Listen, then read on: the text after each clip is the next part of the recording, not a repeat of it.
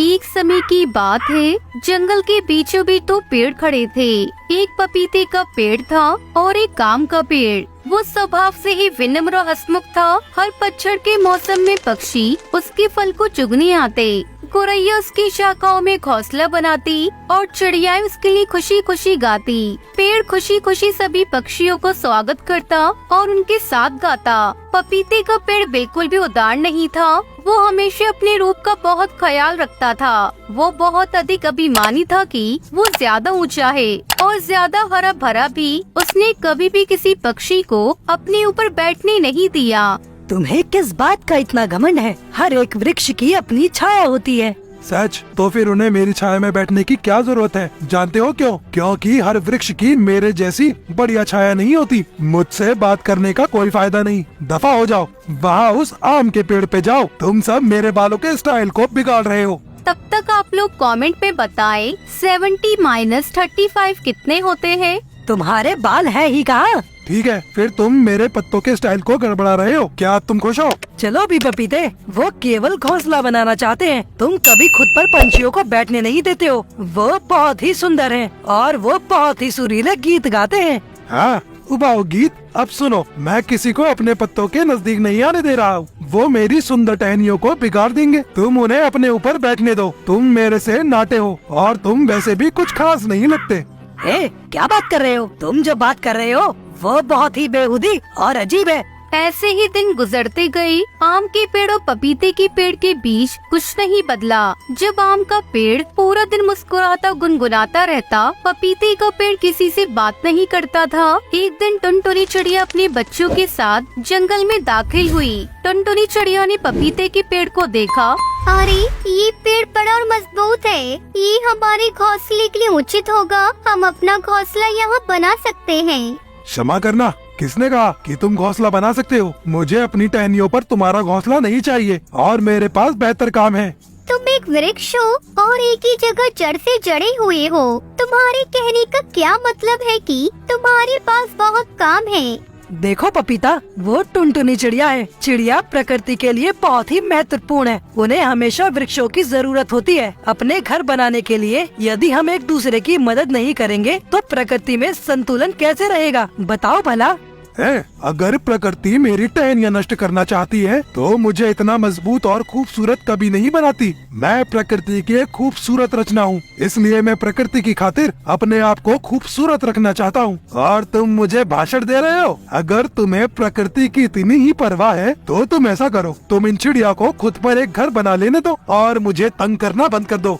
आम के पेड़ को पपीते के पेड़ के इन शब्दों से बहुत ठेस पहुंची। उसने टुनटुनी चिड़िया को पुकारा और उनसे कहा कि पपीते के बजाय वो उसकी टहनियों पर घोंसला बना ले।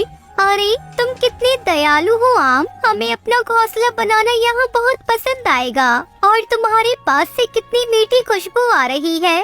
ओह, धन्यवाद मेरी टुनटुनी, मैं बहुत खुश हुआ। टुनटुनी ने अपना घोंसला आम के पेड़ पर बनाया और शांति से वहाँ रहने लगी। आम के पेड़ को कोई विघ्न नहीं पड़ा उनके चहचहाने से, न ही उनके बच्चों के खेलने से। दूसरी ओर पपीते के पेड़ को जो कोई भी नजर आता वो उस पर चिल्लाता।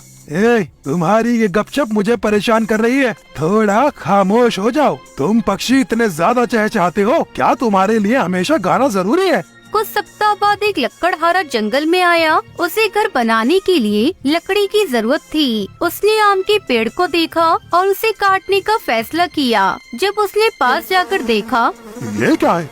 एक मधुमक्खी का छत्ता और चिड़िया का घोंसला। मधुमक्खियाँ मुझे डंक मारेंगी और ये बेचारी चिड़िया भी बेघर हो जाएगी अगर मैं इस पेड़ को काटूंगा। चलो कोई और आम का पेड़ ढूंढता हूँ। लकड़हारा आगे गया और उसने पपीते का पेड़ देखा। ये पेड़ कितना ऊंचा है। चलो इसकी छाल की सबसे निचले हिस्से से शुरू करता हूँ। और इस तरह लकड़हारा पपीते के पेड़ को काटने लगा। पपीते का पेड़ रोने लगा। वो जंगल छोड़कर जाना नहीं चाहता था। मुझे दर्द हो रहा है। तुम मेरा क्या करने वाले हो? मुझे दर्द हो रहा है। आम का पेड़ ये सब देख रहा था। उसने टुनटुनी और मधुमक्खियों को पुकारा। सुनो टुनटुनी, क्या तुम लोग यहाँ पर हो? कहो मैंगो, क्या हुआ? पपीता मुसीबत में है, हमें उसकी मदद करनी चाहिए। अरे मैंगो, वो बस खुद के बारे में ही सोचता है। वो जंगल की हर चीज पर नाराज रहता है। हम उसकी क्यों मदद करें? उसी वजह से जैसे मैंने उसे तुम्हारी मदद करने के लिए कहा था। ये हमेशा खुद पर अभिमान ही करता रहता है।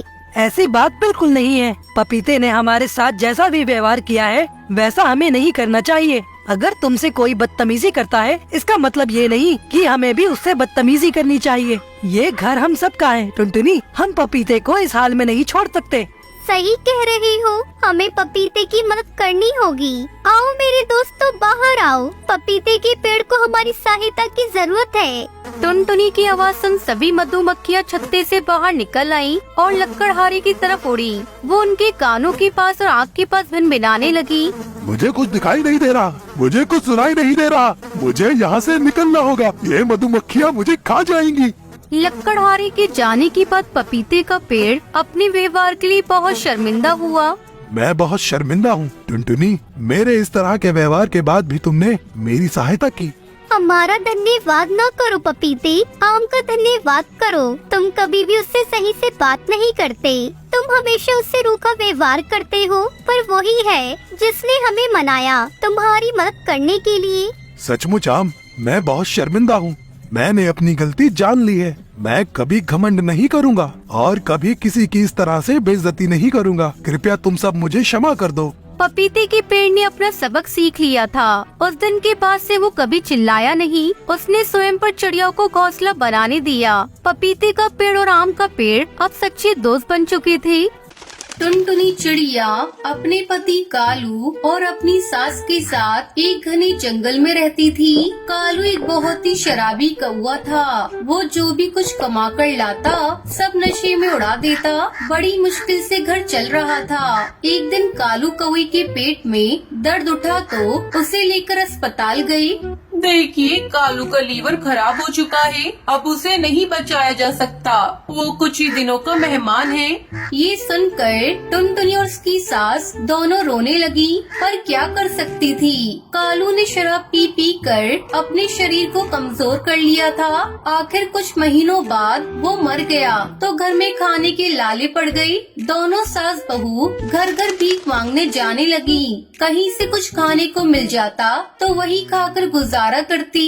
एक दिन दोनों एक बड़े घर के सामने भीख मांगने पहुंची तो उस घर की मालकिन उनके लिए रात का बचा कुचा खाना ले आई। अरे तुम दोनों तो बहुत ही कमजोर और बीमार लग रहे हो, क्या बात है?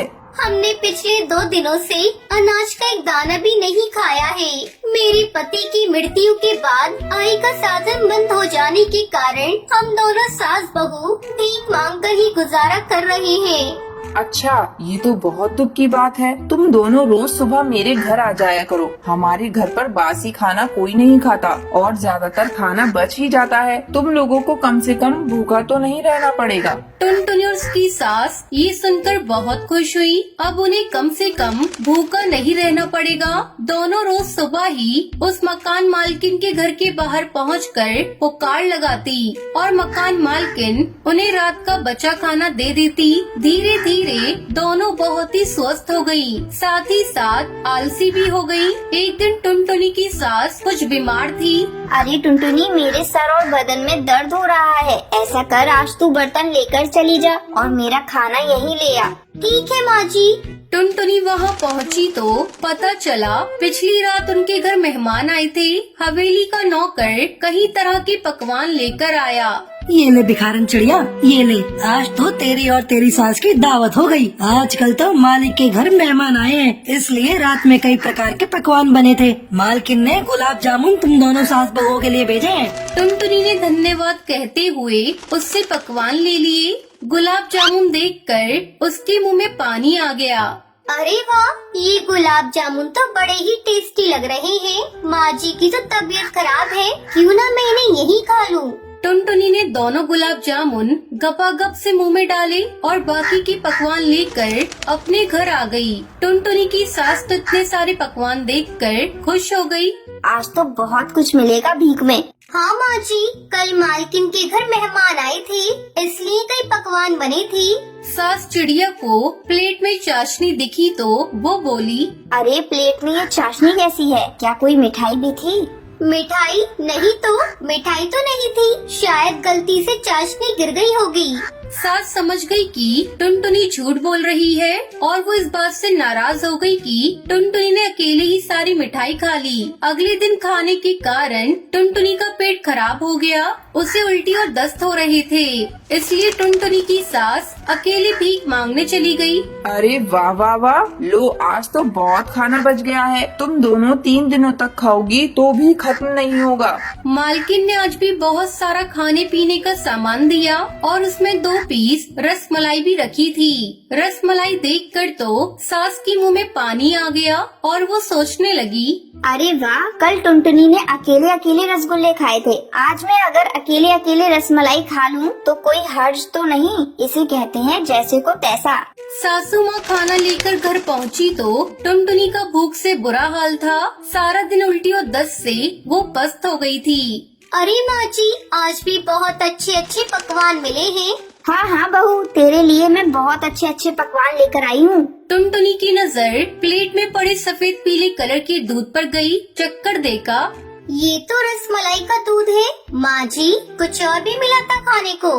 नहीं तो, कुछ तो नहीं मिला। झूठ मत बोलिए, मुझे लगता है आज रसमलाई मिली थी। नहीं बहू, रसमलाई तो नहीं मिली। जैसे तुझे कल रसगुल्ले नहीं मिले थे, वैसे मुझे भी रसमलाई नहीं मिली।